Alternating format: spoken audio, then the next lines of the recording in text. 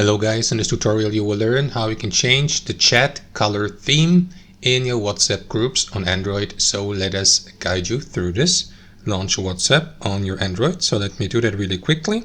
And after that, access your groups. So let me go or access this group here, my new gaming group. After that, you will need to access your group settings by tapping into these three dots in the top right. And from here, navigate to chat theme. Now guys, here you can change your color theme. For example, you may tap into chat color below and select one of these supported colors. So let me switch to that blue color here in the top right corner. That is going to apply that color theme. Now you can, for example, adjust the intensity here in the bottom right corner, for example, just like that, or you may simply accept these settings by tapping into the checkmark button in the top right, and that is going to change your color theme for your group chats, as you can see. And that's it. Thanks for watching, and I'll see you next time.